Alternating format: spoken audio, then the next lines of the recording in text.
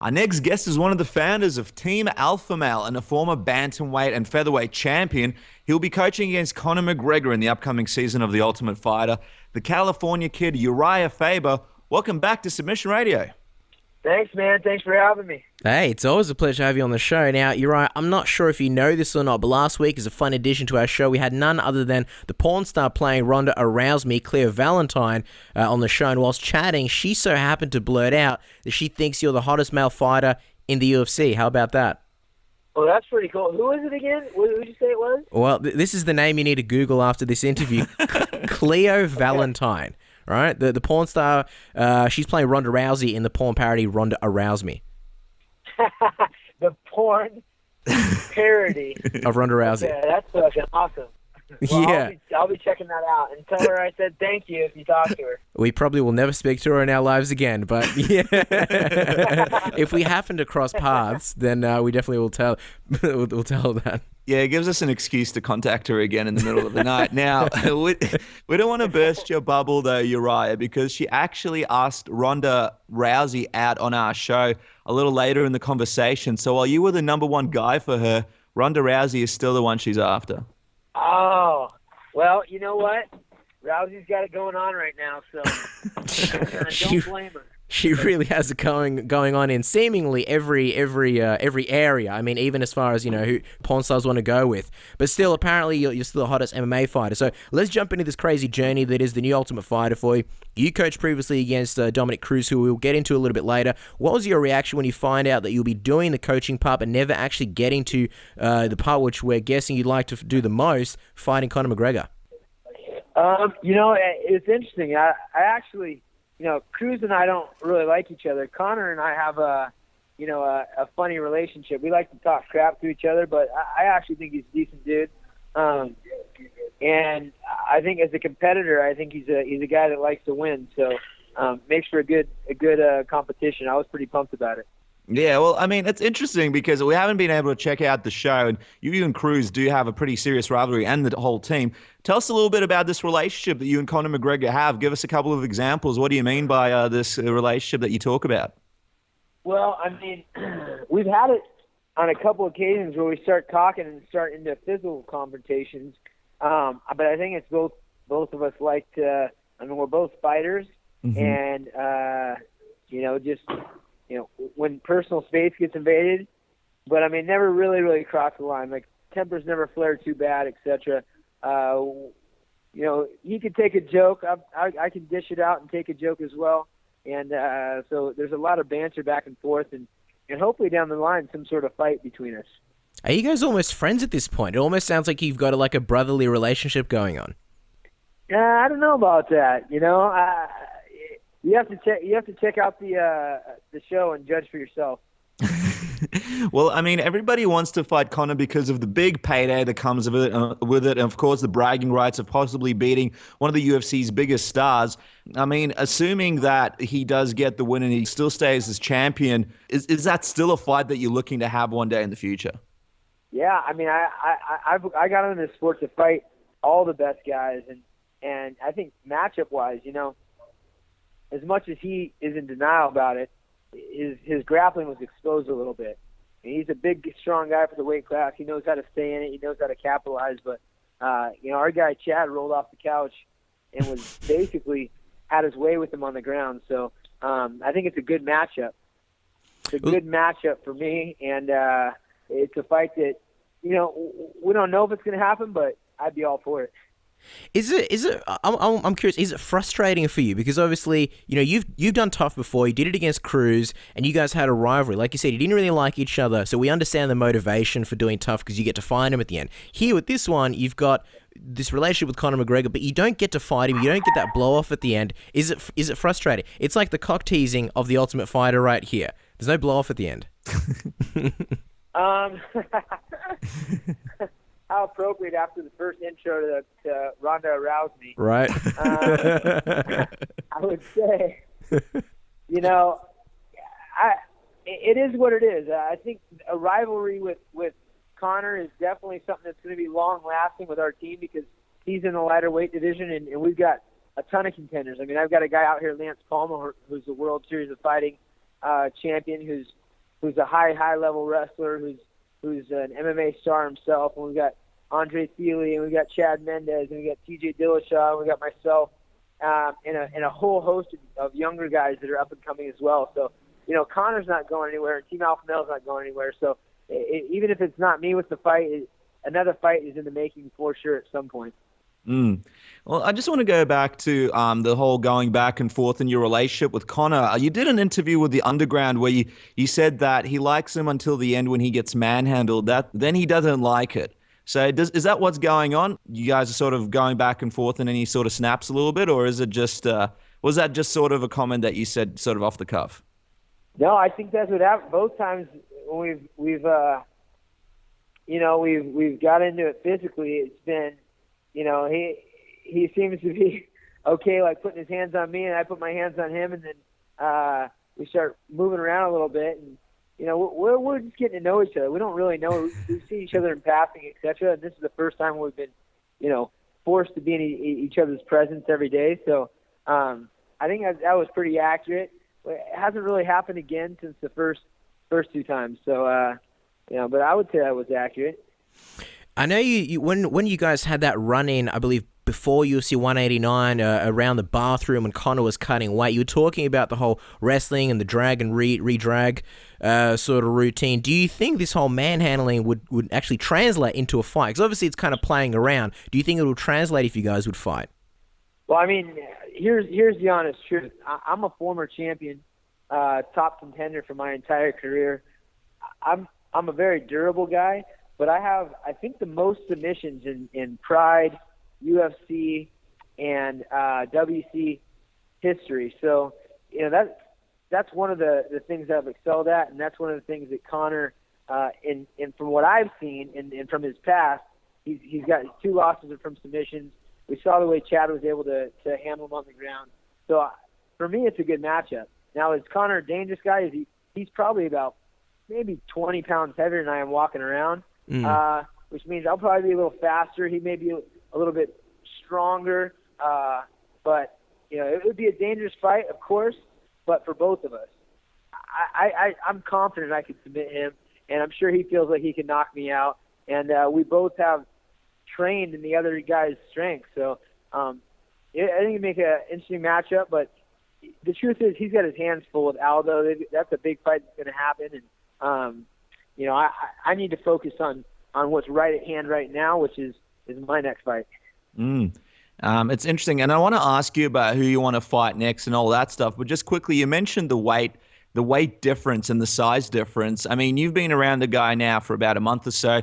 You're getting to know him, and you were around him during the weight cut. How much longer do you think he can keep going down to this weight class? Because from a fan's perspective and from what we've seen at weigh-ins, he looks like the walking dead every time he steps up to the scale. You almost want to donate $1 to him because you're afraid he's too malnourished. How long do you think he can keep cutting down? Man. For me as well, when I cut down to 35, I'm the same way. So I know how he feels, and he's a younger guy too, so he's probably got some growing to go. If he were smart, I mean, a bad matchup for him is my boy Chad Mendes on a full training camp. Chad last time was on a hunting trip and basically got pulled out of the brush to go fight for a world championship for a guy that is very dangerous, and you saw what happened. So if Conor's smart, he's probably got a better chance of going up in weight class rather than staying at 45. And I think that's probably what's going to happen. But hopefully he sticks it out at 45 for a while. I'm not sure if the IV thing will play into effect. If they keep the IVs going, then he'll probably stay at 45 a little bit longer. If they take those away, I think a lot of guys are going to have to go up in weight. Well, what about yourself? Because your last fight was against Frankie Edgar at 145 pounds. You've spent a lot of time at bantamweight, but last time we had you on the show, you mentioned how you really don't enjoy cutting that weight anymore. Will you continue to fight at 145? And also, what is going on with your next fight? Is there any names that you've got in mind at the moment? They've been talking about a couple different names that I can't mention because it's not official, but they're talking about having me fight in December, I think December 11th, the day before Conor and Aldo fight. It's not 100% sure though.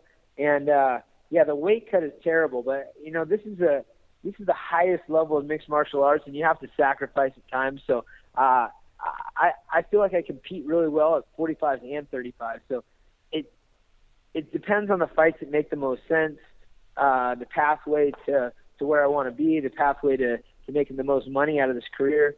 So I'm willing to stay at 45s. I'm willing to go down to 35s. It just is going to be kind of dependent on what the future matchups are. And I got to have conversations with Joe Silva and Sean Shelby on that front. Yeah, absolutely. And we're excited to see what happens next. It's good to see that you will be fighting, hopefully, in December. You know, another guy from your camp, Team Alpha Male, that's also sort of looking for a fight with Conor McGregor, and he spoke about this a couple of weeks back with us, is TJ Dillashaw. He'd like to do a super fight with Conor McGregor, and he was telling us how he'd like to sort of do it as soon as possible while he's still champion, because he doesn't think that Conor's going to be champion for very long. How do you think TJ would do against Conor McGregor? Do you think he'll have much of a shot? Oh, of course he would have a shot. I mean, here's the honest truth. Mm-hmm. Conor McGregor is very good. TJ Dillashaw is very good. When you look at different factors, I mean, here's something that's for sure.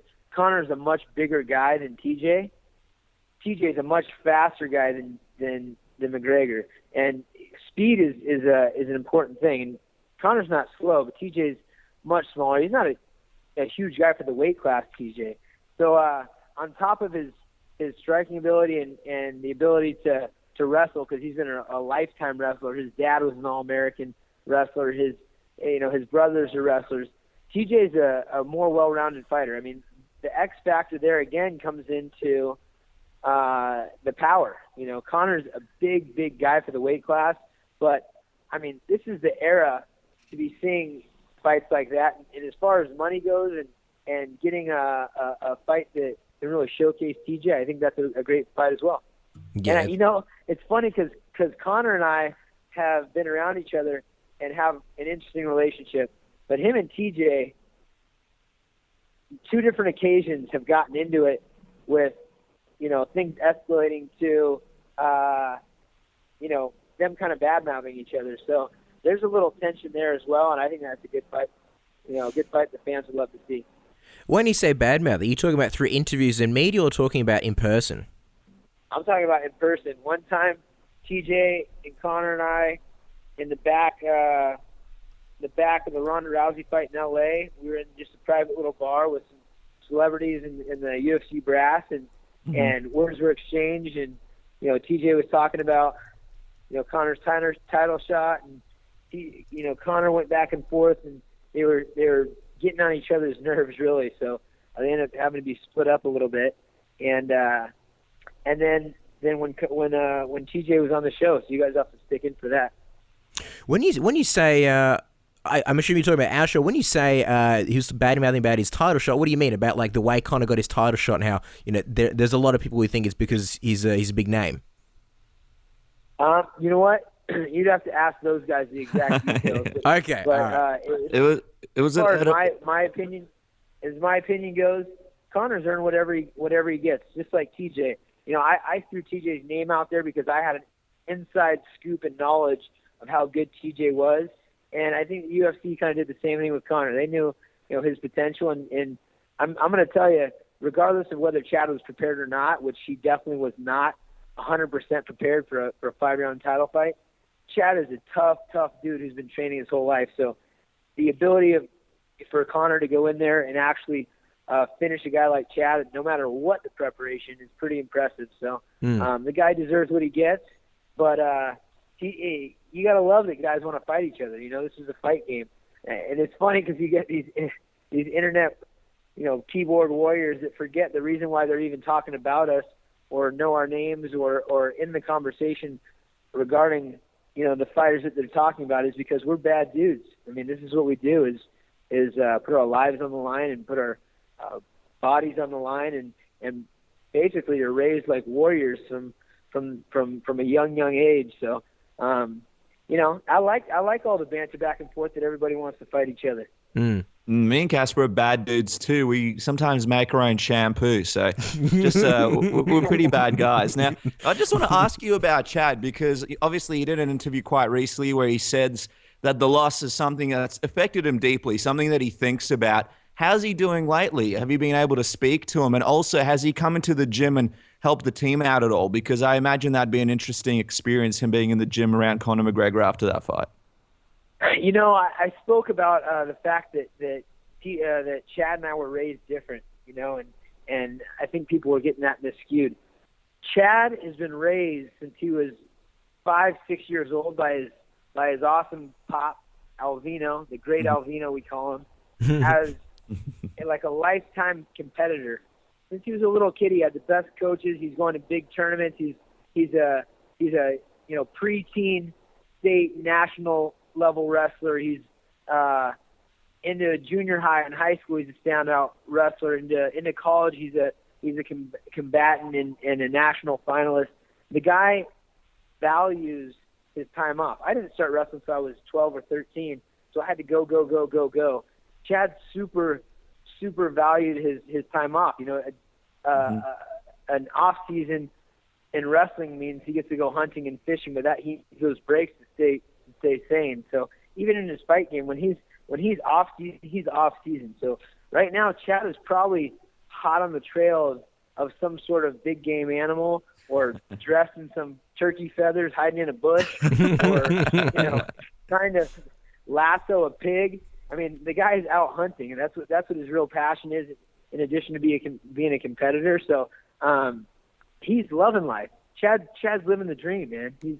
He's prepared to be a world champion, and he's enjoying his time off. But so we haven't seen him there in the gym this time around. When he comes back, no doubt he'll have like a boar's leg for everybody to feast on. Before we wrap up with the tap out round, Urijah, just want to get the update. What's going on with Martin Kampman and Team Alpha Male? We hear he's leaving the team. It feels like he just got there. Why the move on? Martin's still associated with the team, and he's still helping out currently. He just had his third child, and I think he has some other obligations. Great guy, did a great job while he was there. And, we have a real set program at Team Alpha Male, and we have a lot of leadership and a lot of coaching.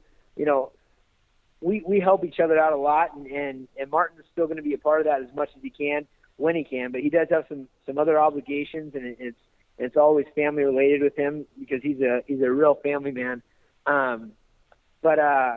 We have an amazing setup where we have a lot of additions when it comes to coaches. We have guys that come in satellite and hold mitts. We've got guys that have been with us for years, and the leadership on the team comes from guys like myself and guys like Chad Mendes and TJ Dillashaw and Joseph Benavidez and all the guys stepping up to the plate. So it's an awesome situation, and we're looking for some more guys to add to the mix. Some mitt guys to come in, because we have over 40 combatants that are on the grind daily. Guys that have been with us since they're 10 and 11 years old. They're now 21 and 22. We've got guys that have moved their whole lives from across the state or across the globe to come be part of the team. So we need a lot of input, and Martin will be there, but just not full time. Mm-hmm. Well, me and Casper will be submitting an application soon enough. I'm sure there's things that we can do around there. So we just want management roles there. We want to start right at the top of the ladder. I think we've deserved it. Now, just quickly asking, there was a little bit of fallout between yourself, the team, and Duane Ludwig after he tweeted out some comments a while back. Just wondering, have things been restored, or are there still some ill feelings there? I've tried to keep it real personal because I don't want to air dirty laundry necessarily, but it's just kind of sad. Duane is a guy that was really, really down and out when I gave him a call, and I've just learned that dysfunction kind of follows that guy. So we brought him into a great situation and really tried to hoist him up, and to see him bad-mouthing the team is kind of sad. We've done a lot for him, and he's been out of our gym for maybe a year and a half, and to see a guy talk about guys that he hasn't even been around for a year and a half like he knows what the heck they're even up to is kind of strange, especially guys that have really gone out of their way to help promote a guy, because he was pretty emotional about how down and out he was at the time. So it's just unfortunate, man. There's some guys that no matter the opportunity seem to stab themselves in the foot, and from my standpoint, what I've seen from him, I don't like the way he treats people. He's a bully. He's he's done things that have really rubbed me the wrong way as far as building a positive environment, and I feel bad for the people that are stuck with him, because he takes and he takes and he takes, and it's not the way that I've built my team, and I don't appreciate his negativity. So for me, I'm done with the guy. Yeah, I mean, I guess everything happens for a reason. If that's the way it is, I guess it's good that you guys went your separate ways. Just before we do the tap-out round, I mean, we noticed adopted Aussie Brian Ebersol wanted to chat with you about possibly taking on the position. Have you discussed it with him yet? I haven't. You know, I've been pretty focused on coaching out here, and we're going to take our time with this. You know, I think we have a lot of internal guys that could step up, and we have to, you know, see if those guys want to step up first. But you know, we just need somebody who's like, for me, for example, I've got a lot of things on. I'm filming my first movie at the end of September. You know, I'm out here coaching the Ultimate Fighter. I've got my own fights going on, but you know, I've been a team leader. We need somebody that can really step up and know the sport, but be mindful and have that as just their duty to be there every day to bring up the next generation of guys and game plan, etc. So we'll bring guys in. I'd love to talk to him as well. He's an accomplished fighter. Talking to Rick Rufus. We've got guys like Brandon Gibson out of New Mexico, who's been a kind of a satellite coach for some of our guys, and Ed Bilboza out of LA, who's a Muay Thai kickboxing guy. So there's a possibility that we could, you know, fill the role with a couple different coaches that can add something to the table. You know, this is a really unique situation, a great environment that we built, and we'd love to have a look at him. More cartwheel kick. I don't think man. we need his body hair shaved for the coaching gig, though. Well, I was going to say, you guys would look great with that, and also the cartwheel kicks. We want to see more cartwheel kicks from all of you. Now, we're going to quickly do this tap-out round with you where we give you a fun question. You answer with the first thing that comes to mind, sort of like word association. I want to kick it off with this movie. What is this movie that you're filming, and when can we expect it out?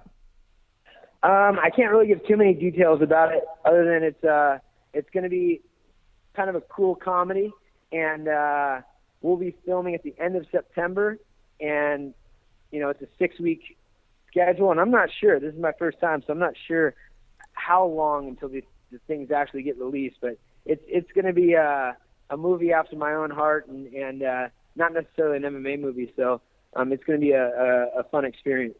It's not Ronda Rousey. Ronda Rousey, is it? So you guys got to tell me that girl's name again. What's her name? Kleio Valentien. We'll text it to you after the interview. That is too funny. That is too funny.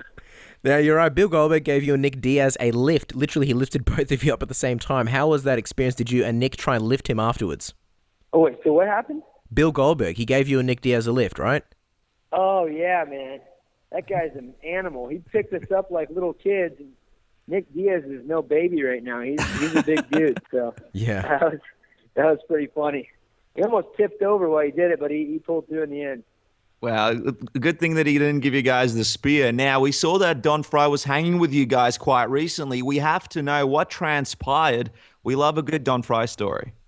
Oh, my gosh, man. If there's one character in the sport that needs his own TV show, it's Don Fry. That guy is the king of one-liners. He's got the most manly American mustache on the planet, and he's been in some of the best battles since I was a young guy. So it was fun to have him around, man. I know he's doing a lot of stuff in the entertainment industry as well, but I mean, talk about a legend, man. He's a crack up, and the verdict's out. For $10 million, he'll wear a pair of fake tits. I think if we could strike a deal. If anybody's got $5 million, I bet you he'd wear at least one tit. So he just happened to throw that out there just in case any takers were there. What do you mean by wear them? Like in under his shirt, or like get the surgery and get them? Get the surgery, man. Oh my god! Well, wow. Well, you know what? He'd still be more manly than us by far, and 90% of the population. Me too. No one would even notice them. Well, Father's Day is coming up, Uriah. What's the best advice you've ever received from your dad? Oh, my dad's full of good advice. Let me see the best advice I've gotten from my dad. Seems like it happens on a daily basis, but the advice that I get from my dad is less spoken and more just seen. The guy is just an eternal optimist. So just having a great attitude, and among any time that strikes you is the best kind of lived advice from my pop. Oh, for sure. I feel like you guys have a relationship where he just nods at you from across the room and you know exactly what he's saying. So that's awesome. Now, last question. We have to ask you this. Since you're so involved with the man doing the Ultimate Fighter, who do you think wins between McGregor and Aldo, and how is that fight going to happen? Oh, man, to be honest, the power that Conor has, and we got to see it against Chad, even though he was a fatigued guy at the time, is pretty impressive. But I still got to say that Aldo is the more well-rounded fighter. I think people forget that Aldo actually got his start in jiu-jitsu, not kickboxing, and he's a very dangerous kickboxer, but his grappling is top-notch as well. So I'm gonna say it's gonna be a very close fight, but I'm gonna give the edge to the champ, Jose Aldo. Yeah, we definitely can't wait to watch it. And Urijah, we definitely can't wait to find out when your next fight is announced. We'll have to get you back on when more things are announced, where we can talk about this movie, where we can talk about your next fight, and obviously do another recap of how your experience was on The Ultimate Fighter. Don't forget to follow, guys, Urijah Faber on Twitter, @Urijah Faber. Thanks for coming back on the show. It's always a pleasure. You got it, guys. Great interview.